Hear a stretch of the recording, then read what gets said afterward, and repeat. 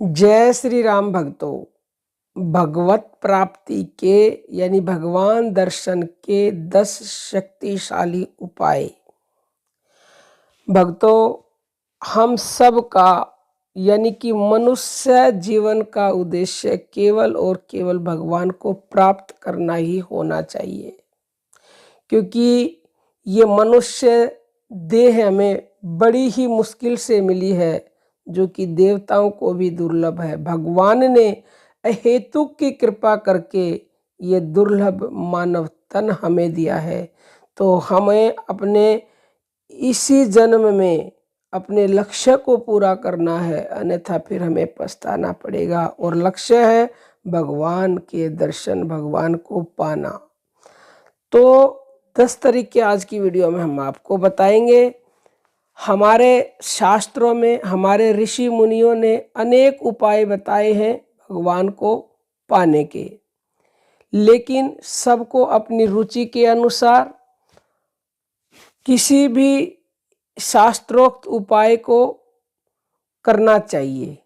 लेकिन अगर उसी उपाय को आप निष्काम भाव से करते हो, यानी कि सांसारिक सुख प्राप्ति की कामना को छोड़कर केवल भगवान को पाने के लिए करते हो, तो आपको शीघ्र ही भगवान की प्राप्ति होगी और आप अपने लक्ष्य को और अपने जीवन को सार्थक कर लोगे। भगवान श्री मनु महाराज ने धर्म के 10 लक्षण बताए हैं। इन 10 लक्षण वाले धर्म का निष्काम आचरण करने वाला मनुष्य माया के बंधन से छुटकर भगवान को पा सकता है। चलिए जानते हैं वो 10 उपाय कौन से बताए हैं मनु महाराज ने। मनु महाराज कहते हैं, धृति क्षमा शम शोच दम विद्या धी अक्रोध सत्य अचोरी धर्म 10 देते हैं मनुबोध।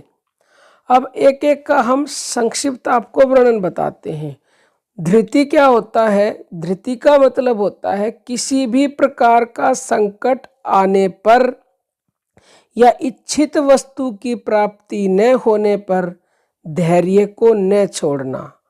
जो धीरज को धारण किया रहता है उसी का धर्म बचता है और वही लौकिक और पारलौकिक सफलता को प्राप्त करता है। दूसरा नंबर है क्षमा।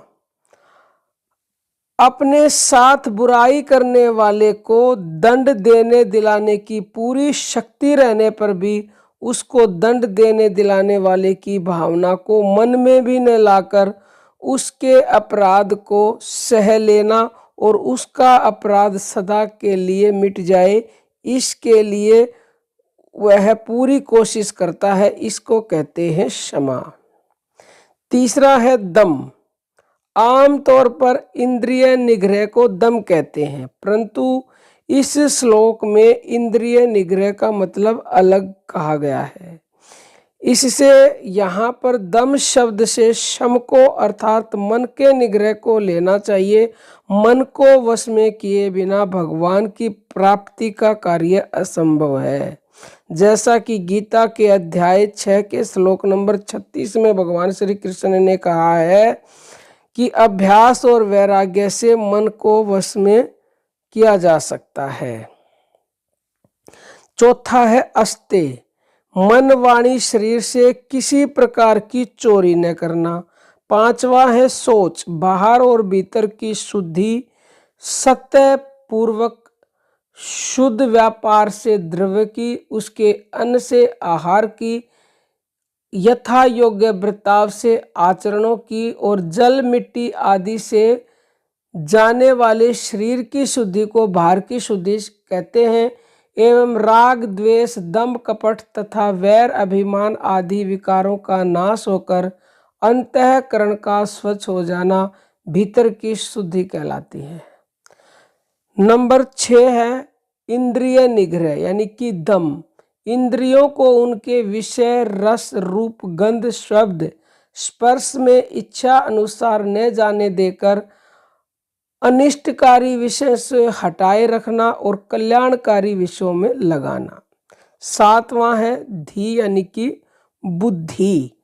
सात्विक श्रेष्ठ बुद्धि जो सत्संग सत्य शास्त्रों के अध्ययन, भगवत भजन और आत्मविचार से उत्पन्न होती है तथा जिससे मन परमात्मा में लगता है और आपको यथार्थ ज्ञान उत्पन्न होता है। नंबर 8 है विद्या। वह आत्मविद्या जिसको भगवान ने अपना स्वरूप बताया है और जो मनुष्य को अविद्या से छुड़ाकर परमात्मा के परम पद को प्राप्त कराती है। नंबर 9 है यथार्थ और प्रिय भाषण। अंतःकरण और इंद्रियों से जैसा निश्चय हो वैसा ही प्रिय शब्दों में कहना तथा ध्यान में रखना कि इससे किसी निर्दोष प्राणी का नुकसान तो नहीं हो जाएगा। सत्य वही है जो यथार्थ है, प्रिय हो, कपट रहित हो और किसी का अहित करने वाला न हो। नंबर 10 है अक्रोध। अपनी बुराई करने वाले के प्रति भी मन में किसी प्रकार के क्रोध का विकार न हो। अक्रोध और क्षमा में यही भेद है कि अक्रोध से तो कोई क्रिया नहीं होती, जो कुछ होता है मनुष्य सब सह लेता है, मन में विकार पैदा नहीं होने देता, परंतु इससे हमारी बुराई करने वाले का अपराध क्षमा नहीं होता, उसका फल उसे न्यायकारी ईश्वर के द्वारा लोक परलोक में अवश्य मिलता है। क्षमा में उसका अपराध भी क्षमा हो जाता है। तो ये 10 उपाय हैं, ये 10 के 10 अगर आप में गुण हैं तो फिर तो कहने ही क्या है भक्तों। लेकिन इनमें से एक भी गुण आप आज जीवन धारण किए रखते हो तो भी आपका जीवन सफल है, यानी कि आपको भगवान की प्राप्ति हो जाएगी। और अगर 10 हैं तो उसको फिर तो शीघ्र ही हो जाएगी, उसमें तो कोई संशय है ही नहीं। तो आज की वीडियो में हमने 10 उपाय बताए। हम ये एक पूरी सीरीज लेके आएंगे, 9 उपाय, 8 उपाय, 7, 6, 5, 4, 3, 2 और 1 उपाय तक की। तो आपको ये वीडियो पसंद आई है तो इसको अपने जीवन में ग्रहण करें और दूसरों के पास भी शेयर करें, क्योंकि ये परम सेवा का कार्य है। बहुत ही जल्द मिलते हैं किसी नए वीडियो में, तब तक आप खुश रहें, स्वस्थ रहें। जय श्री राम भक्त।